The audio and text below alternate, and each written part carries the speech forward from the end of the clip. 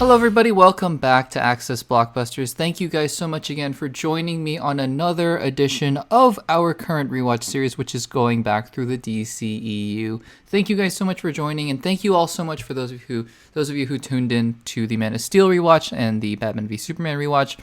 I know that those were they were really spirited discussions about those two films, and I know just talking about some of these DC films that are, some are beloved, some are kind of hated by others, and some are kind of in between where, they're both beloved and hated, and so it can be a lot for sure.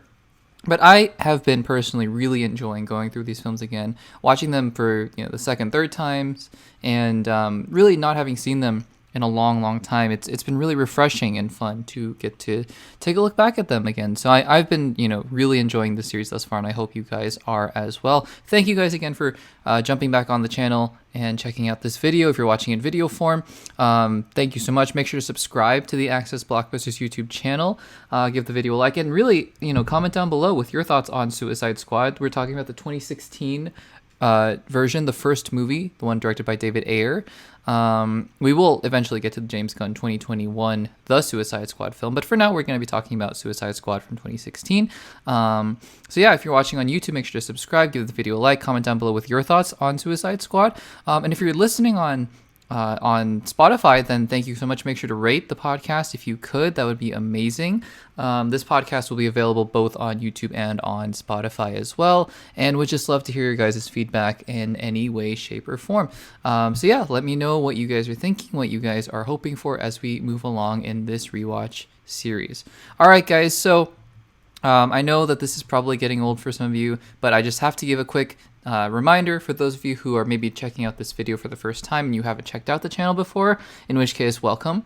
So glad that you're here. So glad that you've joined us. I've been, made tons of videos for the last few years doing these kind of rewatch videos. But in case you're unfamiliar with the format, the way that these rewatch videos / podcast / examination / whatever form that they take, the way that they go is that I'll spend the first little bit just talking about really the period in which the film kind of came out. So we'll talk a little bit about 2016 and before, talking about the anticipation for Suicide Squad, the state of the DCEU around that time, what was planned, what was going on, the connectivity of it all. So we'll talk a little bit about that. We'll talk also about just my first experience watching the film and really what happened in the wake of that film as well.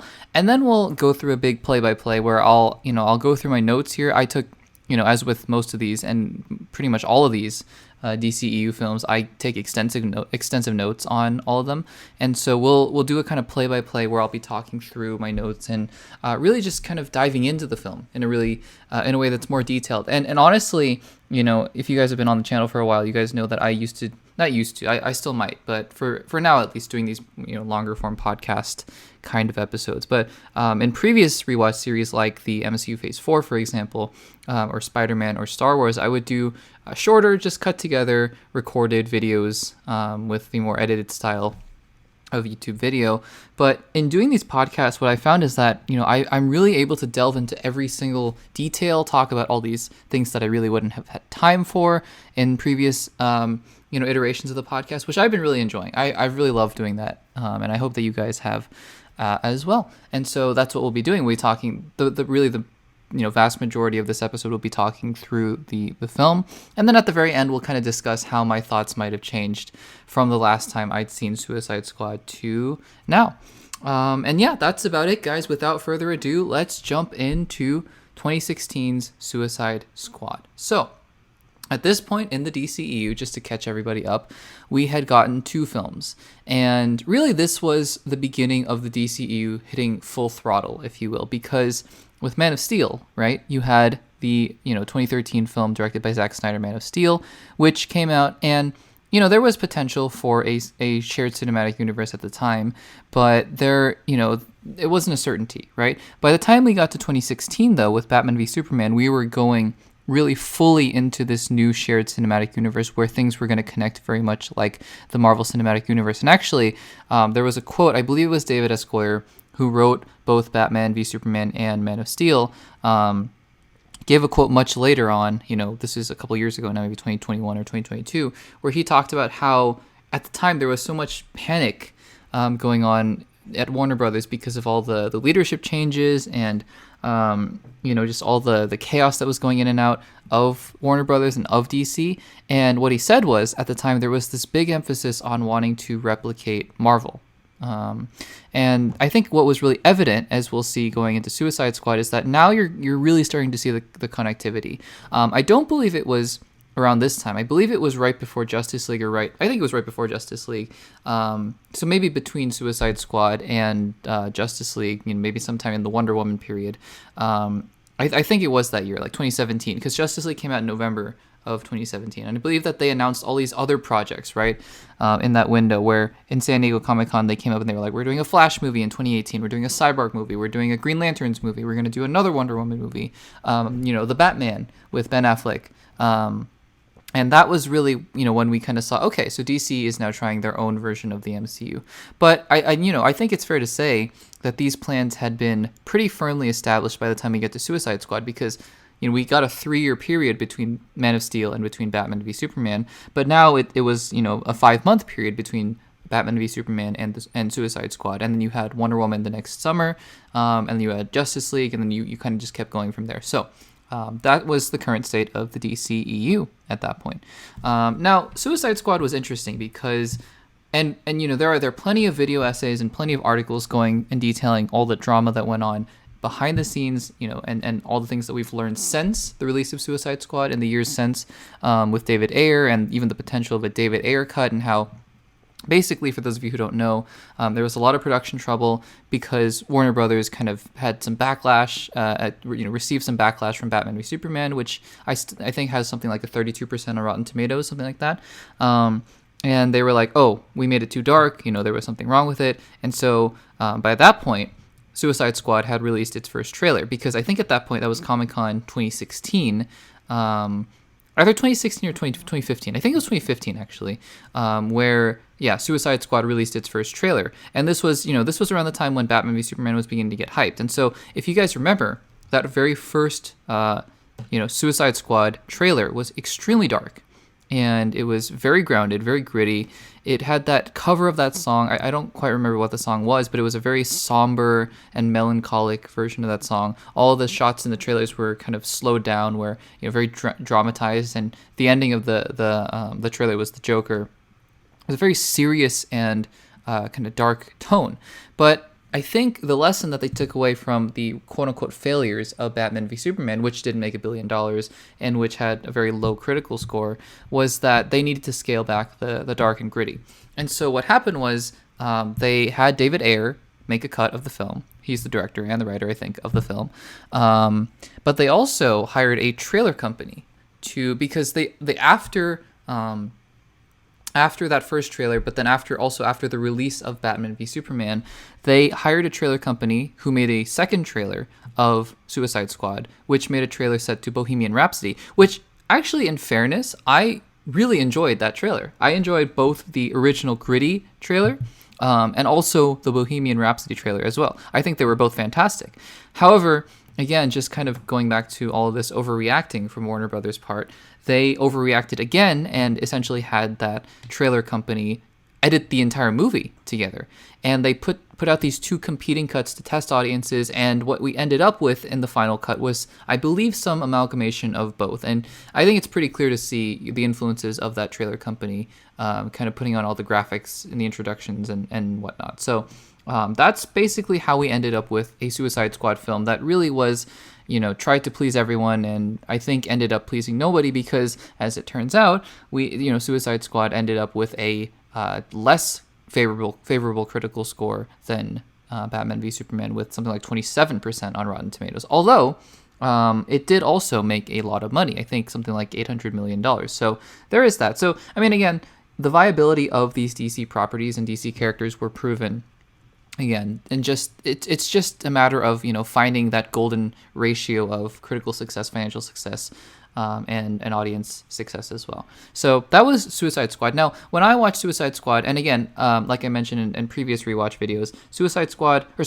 Man of Steel is the only DCEU film that I didn't watch in theaters, I believe. I might have missed a couple later on and went back and watched them later, but at least it's the only one that I found out about after it had made its theatrical run. So by that point, I watched Batman v Superman in theaters, and I definitely watched Suicide Squad in theaters, and I enjoyed it.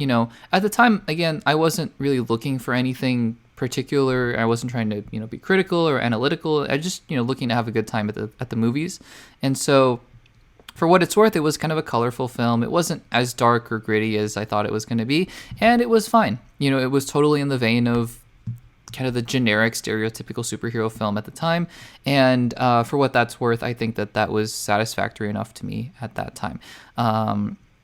However, because of the lack of critical success, we didn't really see these characters. A lot of them we didn't see at all for the rest of the DCEU's run, including Deadshot, El Diablo, El Diablo died in the film, I should say, but other characters. But we did see the returns of prominent characters like Harley Quinn, who basically, I think Margot Robbie's Harley Quinn came out the best out of any character in Suicide Squad, because she had her own solo film afterwards, and then she returned in James Gunn's The Suicide Squad. And I should also mention Viola Davis's Amanda Waller, who is now even continuing into the DCU as well. So yeah, that's Suicide Squad. That's sort of the context around the film. And I had seen it maybe a couple times in total, and so this is probably my third, maybe fourth, but definitely not more than 4 times since I'd seen the film. And so let's get into my thoughts on the rewatch. So right away, it's funny because, as I'm taking these kind of detailed notes, the first thing that I always point out with Batman v Superman and with Man of Steel is the logo, but it is notable. And I think it's kind of silly that we're even being as minute to look at the logos. But, you do notice that the logos are even a little bit more colorful this time.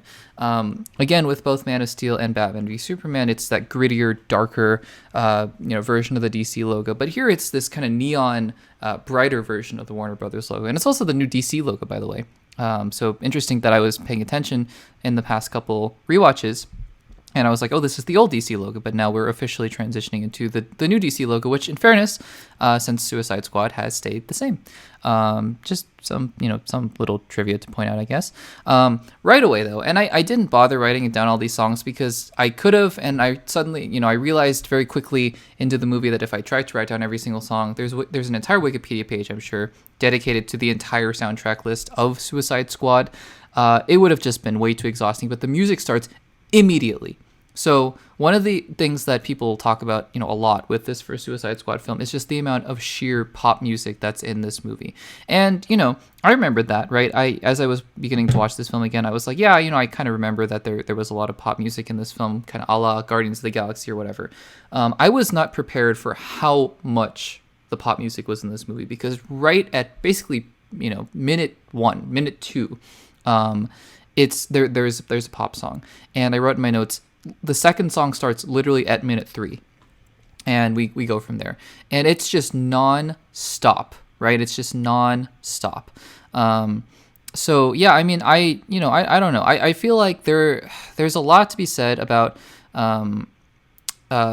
just the way that the quote unquote trailer company version of this film is. But one of the things that you notice right away is just how frenetic the film is, right? There's no set rhythm to it. It's just jumping from thing to thing to thing. And perhaps that's a way for, that these executives thought it was a way to distract from sort of the slower moments, the grittier moments. Because what I will say is that the introductions of Deadshot and Harley Quinn, the two quote unquote leads of this film, were pretty good.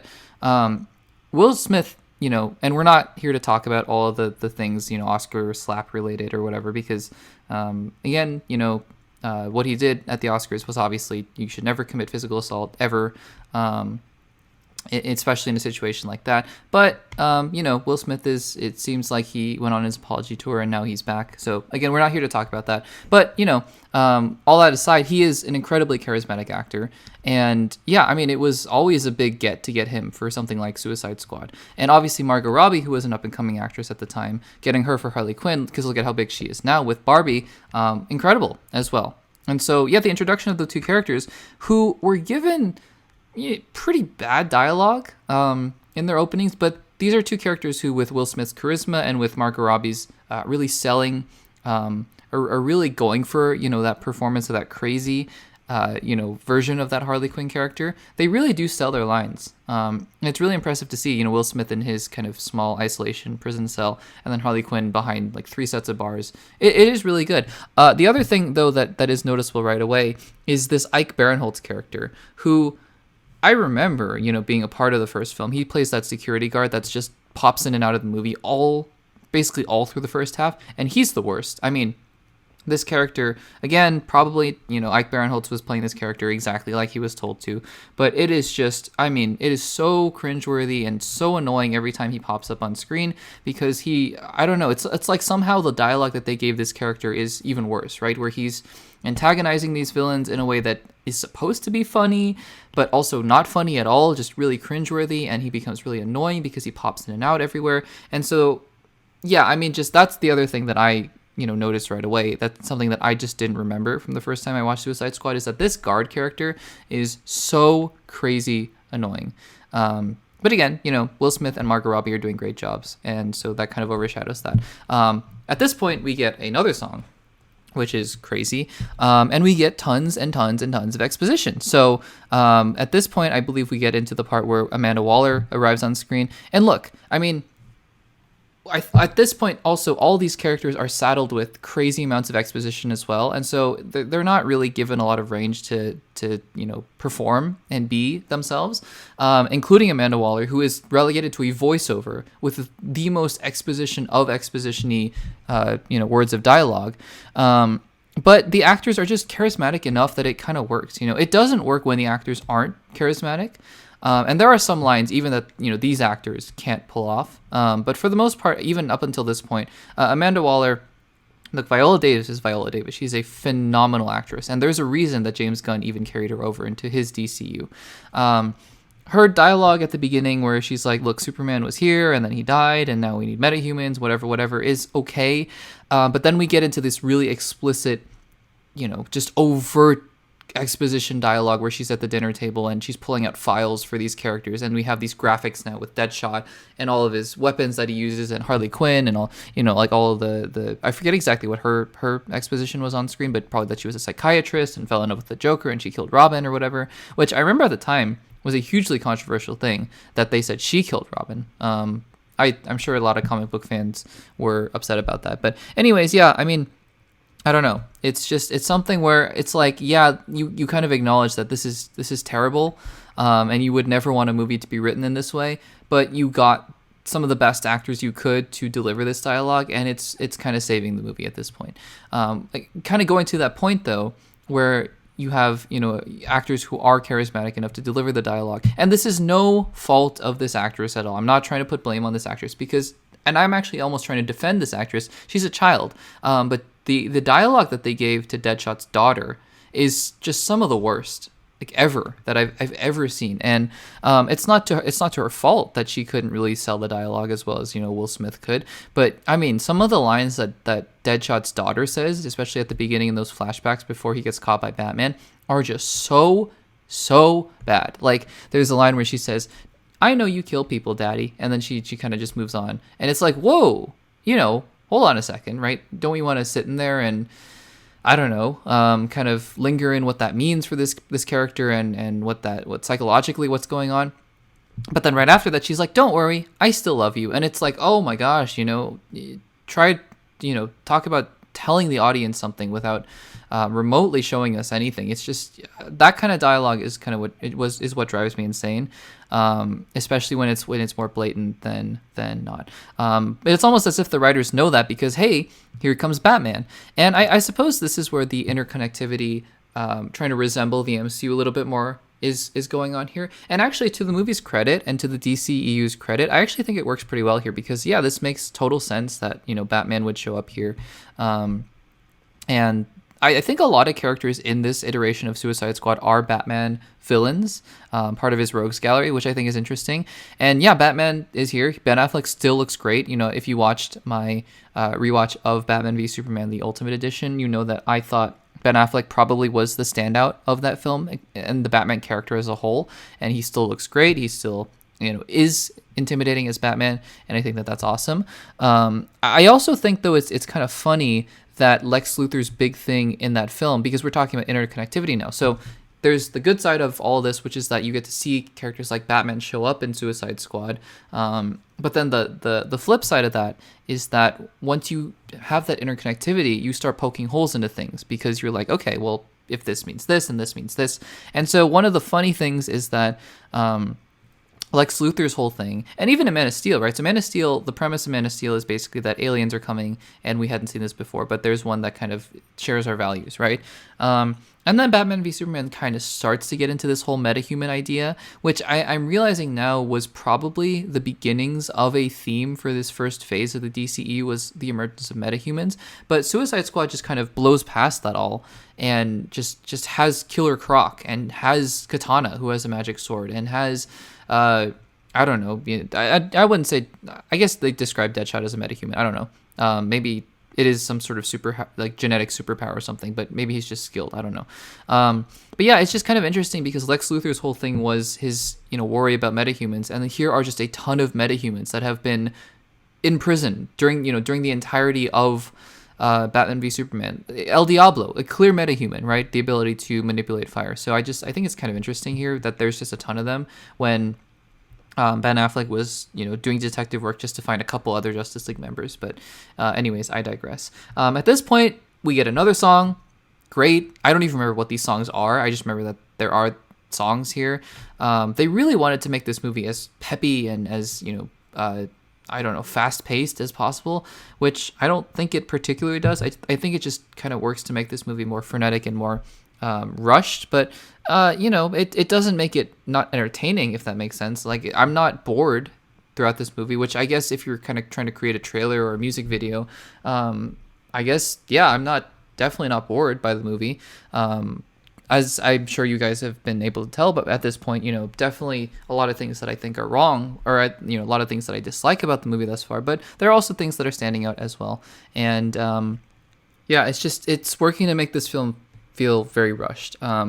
Although, again, aesthetically, I don't mind a lot of the designs of the characters as well. I think that's also a good thing. Viola Davis is definitely killing it as well. We get another song change, which is exciting. I don't even know when in the movie this is happening. The cue cards for every character, it just gets to be a lot. It gets to be it's a lot. And at this point, I wrote in my notes that the dialogue is so atrocious, but somehow it works as a kind of B-movie level dialogue. Just scenes where it's like, okay, this is terribly written, but it's like so unintentionally self-aware that it's bad, because it's not aware that it's not self-aware that it's bad. But it's almost written in such a way where it should be intentional that they understand that it's bad. So in that way, it's a lot easier to stomach, honestly, than a lot of scenes in Batman v Superman. Speaking of being able to stomach, we get our first appearance of the Joker from Jared Leto. Now, if you guys remember, I didn't talk about this at the beginning of the podcast. I should have probably. But if you guys remember, there were a couple pieces of casting that they let out that were hugely controversial before the DCEU really got going. One was Lex Luthor, which, at the time I said, I don't know about this, guys. I think Jesse Eisenberg, I don't know. And I turned out to be 100% right, at least for me personally, because Jesse Eisenberg's Lex Luthor is one of the worst things in the DCEU, in my opinion, at least. But the other was Joker. And if you remember, they put out this picture with Joker, Jared Leto's Joker grabbing his head, and with the grills and with the damage on his forehead and with the tattoos all over his body. And look, I mean, is the design my favorite? No, it's really not. I mean, just the fact that you had to put damage on his forehead should say everything about the character. Is the performance my favorite? No, it's not. And actually, one thing that I began to realize as the film goes on is that, look, it's not like this isn't some variant of Joker, like it's not like you're looking at him and going, oh, you're just doing a bad job. Like this is some iteration of Joker that he's pulling off. It's just not a scary one, it's just a weird one, right? And honestly, in terms of that, it's pretty similar to Lex Luthor, where it's like, well, Lex Luthor might be a little different, because I don't know if I've ever seen any iteration of Lex Luthor who is just that eccentric and that, trying to be Mark Zuckerberg kind of, I don't know, like hipster CEO, Silicon Valley kind of guy. But I mean, I can totally buy that this is some version of Joker, you know, where it's just not the one that I think would have been the most impactful, which is a scary, frightening one. And honestly, the one from the trailer, from the first trailer of Suicide Squad, the way that that was shot and the way that that was edited with the music was freaky. It was kind of terrifying, honestly, because it was weird, right? But it also had the pacing and the groundedness to make you go, oh yeah, this is a scary individual. Honestly, this individual that you're seeing in this movie, that the way that it's edited, it's like, okay, yeah, I mean, I don't know, like I don't mind this version, but I also wouldn't necessarily be super scared of him. He's just kind of a weird guy. Case in point is the club scene. And while I've said, you know, for the most part throughout this, throughout the beginning of this film, that I mean, there are certain aspects of the film that are pretty bad, like the dialogue. Individual scenes are okay. This is the first scene in the film that is really, really bad. It's the club scene.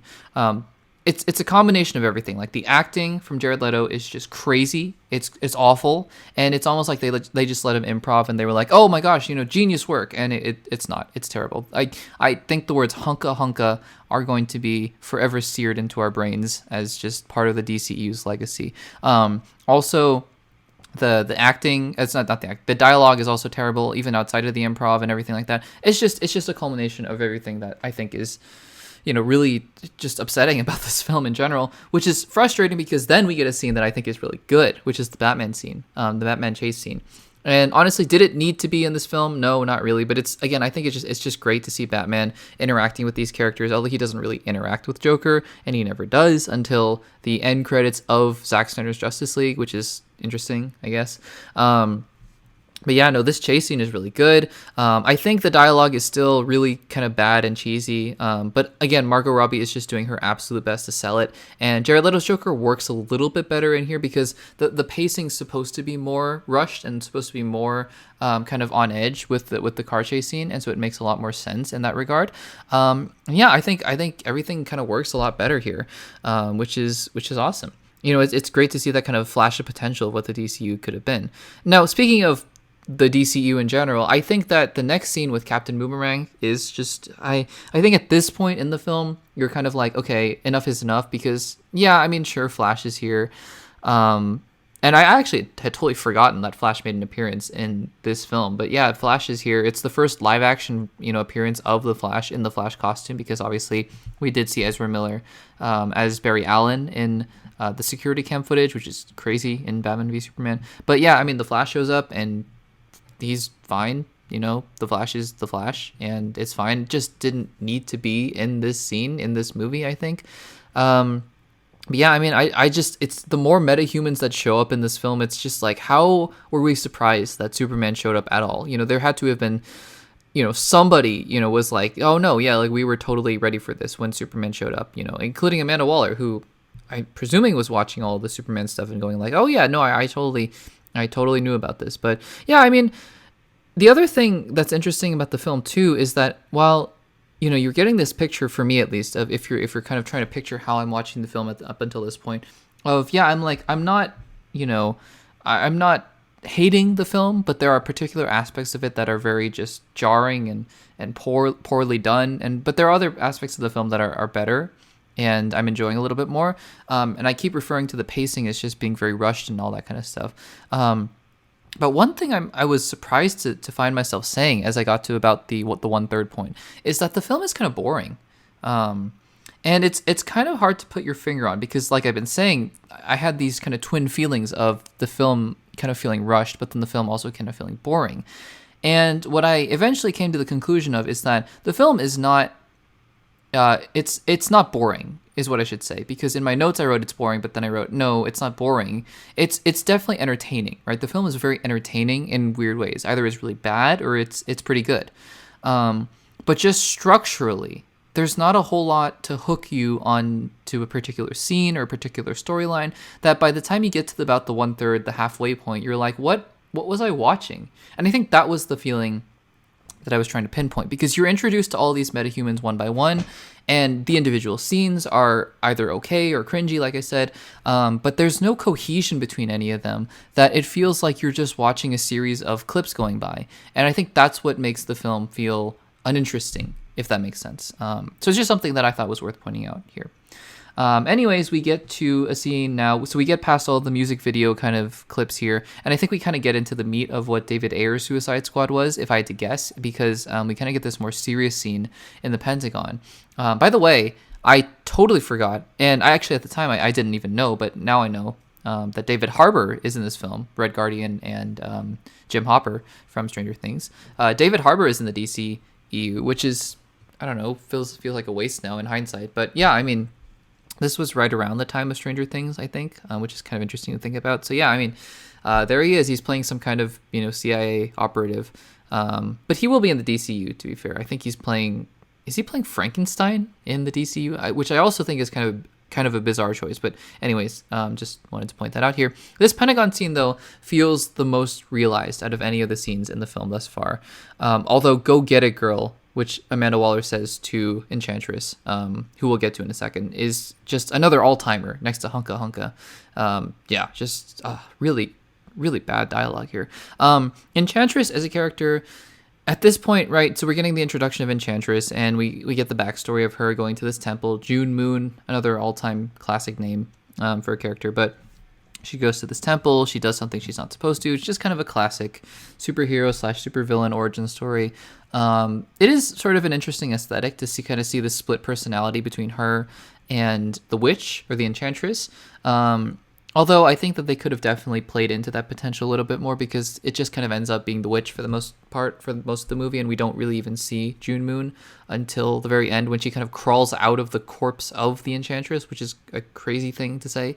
But yeah, I mean, it's also crazy because the Enchantress literally goes and gets military secrets from Tehran, and I feel like either we could have explored that a little bit more, or we should never have done something to that kind of a global scale, because all of a sudden you have this character who can start World War III, which is crazy. And maybe that was the implication, maybe that was supposed to be what the film wanted to go for. But I just think that ratcheting up that scale to that level, which the film wants to do later on as well, was a big mistake, because I think that something you want to do with a Task Force X, which is the other name for the Suicide Squad, is make the stakes actually a little bit lower. Like, it's fine, I guess, if you want Man of Steel and Batman v Superman to have these world-altering kind of stakes, because it's Batman and it's Superman. But with Suicide Squad, I think it works to its benefit more if these missions are more self-contained, which the film tries to do with, kind of having the first mission be in Midway City. But then it kind of ratchets it up later and has a world-ending threat, which I just think it's tired, it's bored. I think James Gunn's Suicide Squad, by contrast, has them kind of isolated to this place where they're trying to defeat Starro. And so I think that works a lot better for a film like this. But anyways, yeah, I mean, it's kind of a weird juxtaposition of scales. So anyways, yeah, Ike Barinholtz's military character is back, and he's still the worst part of this movie. Also, actually, we get introduced to Rick Flag around this time.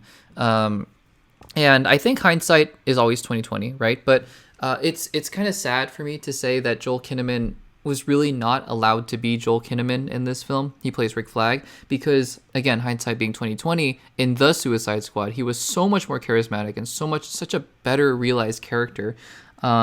And in this film, he probably, out of everyone else, because he doesn't have that same kind of, magnetic charisma, but he is allowed to be himself in The Suicide Squad, the second film, which it just works so much better for him.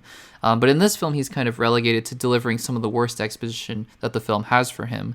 That is just kind of sad, right? It's a combination of him, I just don't think, being as high of a caliber of an actor as Will Smith, but also being given just terrible, terrible, terrible dialogue. And I don't know. It's just really bad. The scene where Will Smith is testing out the guns, though, it's pretty cool because, again, you get to see a lot of the best parts of the film. You get to see Will Smith on display, being just a charisma machine. You get to see Joel Kinnaman being somewhat better, Viola Davis as well. The stakes kind of become a little clearer for these characters who are in the Suicide Squad, so it's pretty good there. At this point, we also get a random scene with Joker and knives. I don't really have a lot to say. I guess I want to talk about, maybe I'll kind of get to it a little bit later, but there's this subplot where Joker is just kind of trying to rescue Harley, and he gets someone to deactivate the nanite in her neck, which is fine. It is whatever. It is what it is. And yeah, I don't mind the Joker. I just don't think he's intimidating at all. The laugh is weird. The voice is strange and the laugh is weird. But you can kind of get over it if the character is actually scary. Like, I think Barry Keoghan's Joker in the deleted scene for the Batman is really scary, despite the fact that I think his laugh is kind of strange, and his face, that you don't really see the whole face, is a little bit odd. But you can get over that really quickly because his performance is intimidating. But Jared Leto, I don't know. I mean, just don't really buy that he's particularly scary. We also, speaking of not buying things, we also get another scene here with June and Rick Flag where, Rick is basically what the film is trying to portray is that they're so in love, and the fact that Enchantress goes rogue is so devastating to Rick Flag. And again, that's just not something I buy because there was no time spent with these characters, and both the June Moon version of Enchantress and the Rick Flag character have basically zero chemistry, and they're probably two of the most wooden characters in the film, and it's just hard to care about them in that way.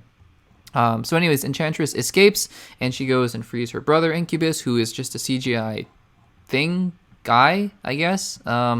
Whatever, it's so incredibly random. And her motivation is essentially, and I don't know if anyone caught this because I don't think anyone has seen this film in a long time, but basically what she says to her brother is that humans worship machines instead of them. And so they want to build a machine to kill them, which never comes up again, by the way, but leads to them just creating this world engine looking machine in Midway City that is just another blue sky beam that goes into the sky, which is, again, it's just so weird and so random. And I don't know, I don't understand it. We get some more music here. We get Joker going after the nanite scientist, which is great, I guess. We get Seven Nation Army, which is the one song that I did write down, because it's just so prominent. And then we get some of Rick Flag's just all-time worst lines.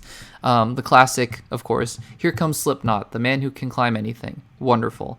It's like, this is another scene that is just bad, right? I know that I've said that the dialogue is bad. Again, none of the individual scenes are all that terrible. This is one of them. This is a terrible scene. It's awful. It's so hard to watch because of the dialogue, because of how blatant the dialogue is, how upfront and just obvious it is that they're just trying to get you to care about these characters in 5 seconds or less. Even more songs while they're changing into their outfits.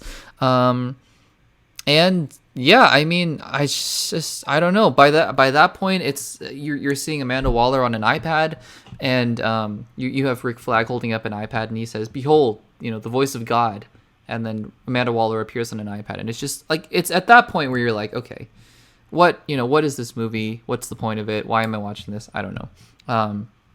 But I also want to say, like I said, we're getting a check-in here of me watching the film in real time. I'm not hating the film. Like, maybe I'm hating the film as a film. I don't hate really any film. I dislike a lot of films, but maybe I'm disliking this film, but I'm not disliking the process of watching it because there's just enough entertainment going on, which I suppose is the bare minimum for a film that is watchable. But again, I mean, you have some really good parts of this film that are just kind of buried in a lot of terrible dialogue and a lot of just terrible things in general, which is really sad, honestly, now that you kind of look at it. The other thing that's not explained about the film, because, and if you don't remember this, I don't blame you at all, but one of the other things that comes up later is that they're on this quote-unquote top secret mission to rescue some really important person, and they never really explain who this person is until they reveal that it's Amanda Waller. So again, now that we have the benefit of hindsight, now that this is, we know that this is a rewatch, right? So we know that they were going for Amanda Waller the whole time. It's just weird to me that, in terms of not chronology, I guess, because chronologically in the film, she somehow ended up in Midway City, and maybe I just missed it. I'm fully willing to admit that I probably just missed it, but I have no idea why and how she ended up in Midway City. Not really explained super well, and if it is, feel free to let me know in the comments down below. I'm fully willing to admit that I just missed something here, but I have no idea how we ended up with Amanda Waller in the Pentagon trying to pitch Task Force X to the government, and then we got her just stuck in Midway City, so desperately needing to get out that she needed to call in Task Force X, just to just to get her out of Midway City. I have no idea how that happened. It's so like that part of the chronology is just so confusing to me. Anyways, here's Katana. She's got my back. I'd advise not. I don't even remember the line. It's terrible. It's just terrible, terrible, terrible dialogue. Anyways, yeah, I don't know. Rick Flag is kind of insufferable in this movie. In certain parts of it, especially here. He gets better towards the end, I will say, because they actually give him some kind of emotional weight to go off of later on, which is nice. It is very nice to see, but at the beginning, he is just insufferable. Another song as we head into Midway City, which is supposed to be a very dramatic thing. You know, they're getting ready to fight. And whatever, but it's another song, which is, I don't know. Slipknot now gets tricked by I guess not tricked, because I think Captain Boomerang was also trying to leave, because there's this whole thing of they don't believe that the nanites are actually going to work. Slipknot is the biggest dummy of the group because he immediately goes for an escape and he dies, leaving a legacy of one of the most important characters in the entire DCEU, the character who was introduced by one line of exposition and then is killed immediately, which is I don't know. This film, by the way, it just feels like a comic book movie that was just made for the 90s or something. It feels almost in the vein of a I don't want to say Batman and Robin, but if you kind of get my gist here, of a film that was, you know, almost intentionally made this poorly. But it wasn't, right? We know that they were trying to make an actual good film. I shouldn't say good film, because I know that a lot of films in that time period in the 90s were just intentionally corny because that's what people liked. Although they didn't like Batman and Robin, to be fair. But, you know, I mean, yeah, I mean, it was almost like they just were intentionally going for this kind of film, but they weren't. They were very unintentionally making a film that ended up being this cheesy and this corny. So I don't know. It's just something that I was thinking about as I was watching this. Another thing that I was thinking about as well is that the minion goons in this film are very Last of Us. They look like those little fungus guys. I guess like the infected people. I forget what they're called. But yeah, I mean, that's great. I think it's an interesting reveal, or somewhat interesting concept, that Deadshot didn't know, or none of the Suicide Squad knew that they were going up against aliens, I think. I don't know how they wouldn't have known that going into it. Maybe I shouldn't say that. Maybe like they were in prison, so, you know, for all I know, they were just in solitary confinement until that point. So maybe that makes more sense. But yeah, I mean, I think it was supposed to have been a bigger reveal that they were, that, you know, we're dealing with metahumans or we're dealing with aliens now. But anyways, didn't really land for me. Yeah, but I mean, at this point, there's this big action sequence where Deadshot gets to show off Deadshot things, and Deadshot's pretty cool. You know, he looks really, really cool doing his thing. Got to admit that. And most of the other characters as well, they get some chances to shine as well in terms of action, and they even get some, you know, little quippy lines that are pretty bad, pretty atrocious, but, you know, they're trying to sell them as best as they can.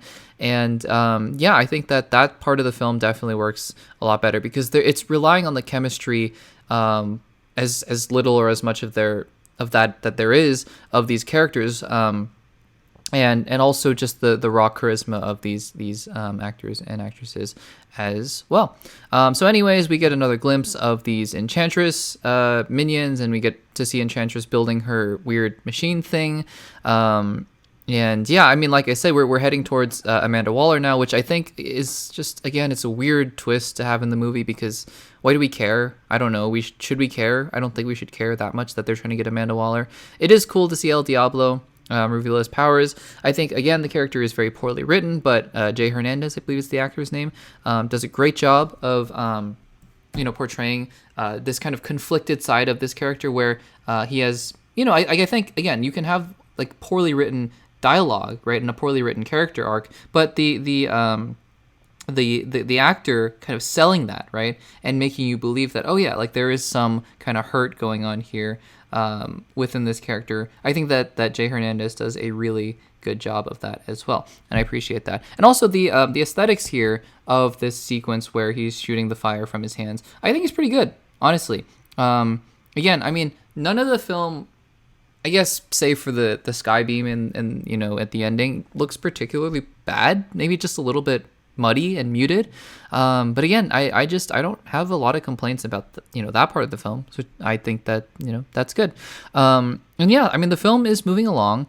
At this point, also in my notes, I was kind of debating with myself whether or not I enjoy this film more than Batman v Superman. And, spoiler alert, as we get to the end of the film, I don't actually know, honestly, because I think that Batman v Superman and Suicide Squad suffer from, I think, similar problems in different ways. I think that the way that Batman v Superman's dialogue bothers me is much different than Suicide Squad's, which I just think is poor. It's just bad and poorly written. But I think that Suicide Squad is much more entertaining. But I also think that Batman v Superman is going for something, right? So it's kind of hard for me to weigh these two films next to each other because I think that they both annoy me and frustrate me in very different ways. It's something where I'm sure that if we do an episode later on where we rank all these movies in the one show, that I'll talk about and I'll probably come to a decision at that point. But right now, I truly couldn't tell you. I think they're both just kind of on par for me. So yeah, there's that. So anyways, Waller is being rescued. She gets rescued, and then she gets helicoptered off the roof, and then Joker shows up, and Joker is just weird, and Joker is just being Joker, which, I don't know, fine, I guess.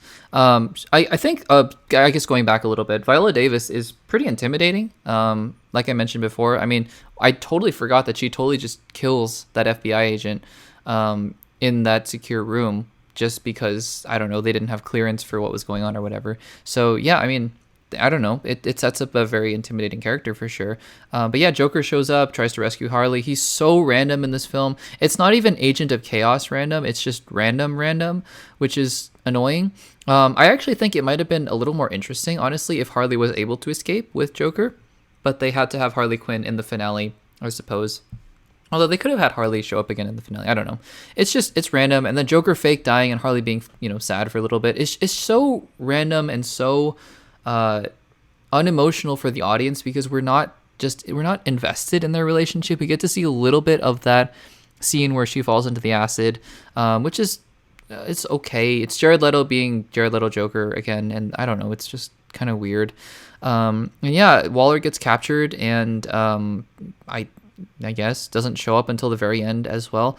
And yeah, I mean, at this point, Flag is like, okay, well, we're gonna, I'm gonna reveal everything. And then they all go into that bar and they have this bar scene. And look, I mean, this bar scene is pretty good because, like I said, it is the actors carrying their performances on their charisma. At this point, I also wrote Will Smith is literally carrying this movie, and it's crazy. But also huge props to Margot Robbie for having to say all these crazy things that are supposed to be in line with the character, but also making it somewhat believable in the sense that there's this crazy person who's saying all these things that kind of has a heart, I suppose, which is, there's that.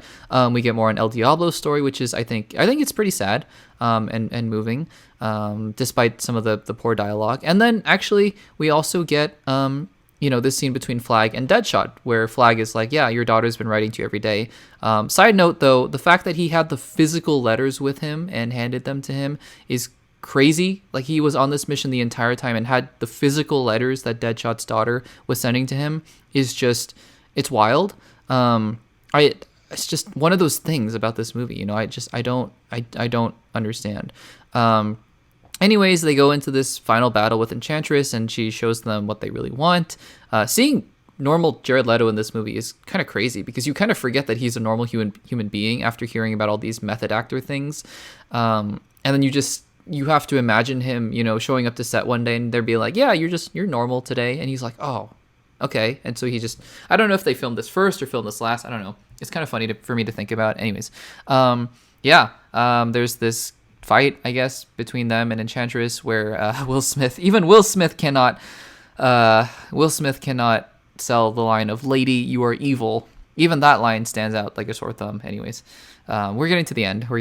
By the way, I said this a couple times. I don't want you to mistake this for me being like, I'm sick of this movie. I hate it. I want to shut it off. I don't mind watching the movie. I really, like I said to myself at this point, I don't mind the film at all. I just think that. I should say I don't mind watching the film, but yeah, there are just so many things in here that I'm like, why and how did this, end up in this movie? Anyways, there is an interesting thread here though that's going on because I think that one of the things that Enchantress says to Harley Quinn at the end of the film before she Harley rips out Enchantress's heart, is that she's trying to build a world that's safe for metahumans. And again, like I said, that could have been a very interesting through line for the beginning of the DCU, is the emergence of metahumans and their place in society.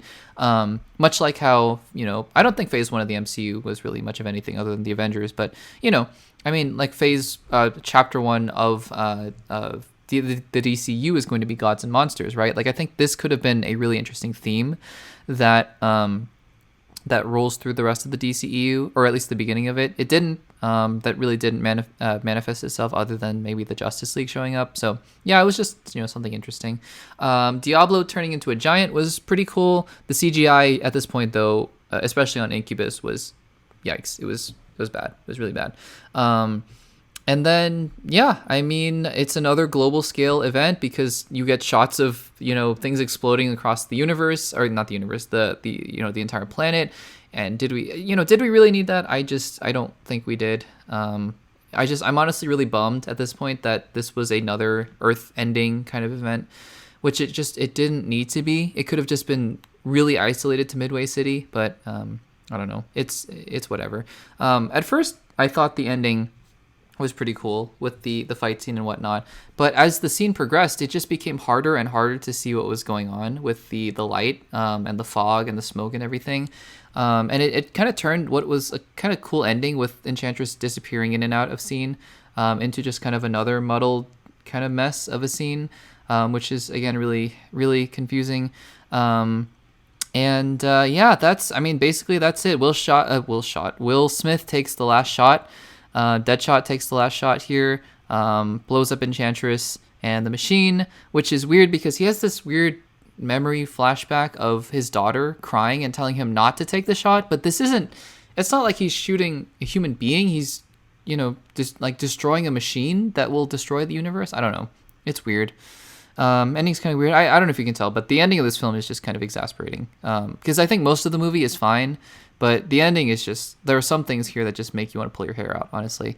But yeah, I mean, this world engine looking machine is gone. I think the nice silver lining of this ending is the scene that Rick Flag gets where he has to sacrifice the person he loves, who again, I don't buy that they care about each other, but just on principle, he's like, okay, look, for the greater good, I have to sacrifice June. And I think that works pretty well for the character. It's the first time that I've actually cared about this character in a substantive way, where I'm like, oh, good for you. Like, I understand your good heart and your good intentions. And I think that's a very hero thing to do, which I think I understand now why he's the leader of this team. But then she comes back anyway, so I don't know. Does it really matter? I don't know. And then the film kind of just ends, Joker breaks Harley out of prison, and that's Suicide Squad. You get a post-credit scene, though. A very quick one with Bruce Wayne talking to Amanda Waller, who has to know at this point that he's Batman, which is kind of funny. And that's Suicide Squad. And look, I mean, is it the best film? No, it certainly has tons and tons and tons of problems, right? I think that you can say what you want about all the production delays and everything like that. The end product, though, because there are other films that have had massive production delays, and for what it's worth, I think have turned out a bit better. I don't know the unique circumstances of this film, and I'm not going to dive into all the release, the air cut, portion of this fandom here, because that's just not what this video is about. This video is about the theatrical cut of Suicide Squad. And again, for what it's worth, I think that there are some things in here that are just terrible. The dialogue it's not even like they're going for something, right? Because I think in Batman v Superman and in Man of Steel, they're going for that kind of melodrama, right? But here, it's just terrible. And I think it's just so poorly done. The construction of some of the scenes are really bad. The club scene, for example, or the exposition scene where they're getting ready for the mission. Just awful, awful scenes. And yet, they have enough good things going for it. They have great leads. They cast great leads with Will Smith and Margot Robbie. Fantastic. And then you have a decent, cast of characters, right? You have some good motivations here and there. You have some good moments of sentiment. That it's colorful enough. It's flashy enough, which I think is what they were going for at a certain point, to be like, let's just distract from a lot of what's going on here, which I think is a poor excuse on the filmmaker's part to be, or whoever edited this film to be like that, because I think that, for what it's worth, there are really dark themes in here that could have been explored that just weren't. That we ended up with this kind of colorful, glitzy mess of a film that I didn't hate watching, right? But I had definitely just a whole laundry list of problems with. And it's upsetting to kind of think about it because, at the end of the day, my sentiment with the film hasn't really changed from what I remember. It's just a movie that you kind of sit back and watch and you go, I guess I enjoyed that. But you don't remember it being particularly good. And with this time around, I think I was fully able to articulate why. So yeah, I mean, at this point now in this alternate timeline where I'm rewatching these films now at the current age that I am in the current present day, I'd seen Man of Steel, I'd seen Batman v Superman, I'd seen Suicide Squad. I think what is becoming clear now is that the DCEU really just needs to focus in on its quality. Hint, hint, wink, wink with the next film. And aside from that, the potential is all there, right? They cast really well, I think, for the most part, for the DCEU. They cast really well. I think a couple actors aside, obviously Jesse Eisenberg, for example, and even arguably Jared Leto as well. But the casting is good. The setup is pretty compelling. Some of the themes are there, you just got to execute. So let's stay tuned for that. The next film up is Wonder Woman. And we'll have to see what I think about that in the next rewatch edition of the Access Blockbusters Pod. Until then, guys, though, thank you so much for tuning in to this edition of the Access Blockbusters Pod, where we continue on in our DCE rewatch. Thank you so much. I appreciate it infinitely. If you're watching on YouTube and you've made it all the way here, just one more thing on the way out. Please make sure to subscribe to the Access Blockbusters YouTube channel. If you're listening on Spotify, you could also head over to the YouTube channel and make sure to subscribe there, or rate this podcast on Spotify. Thank you guys so much again for listening, and I will see you guys in the next one.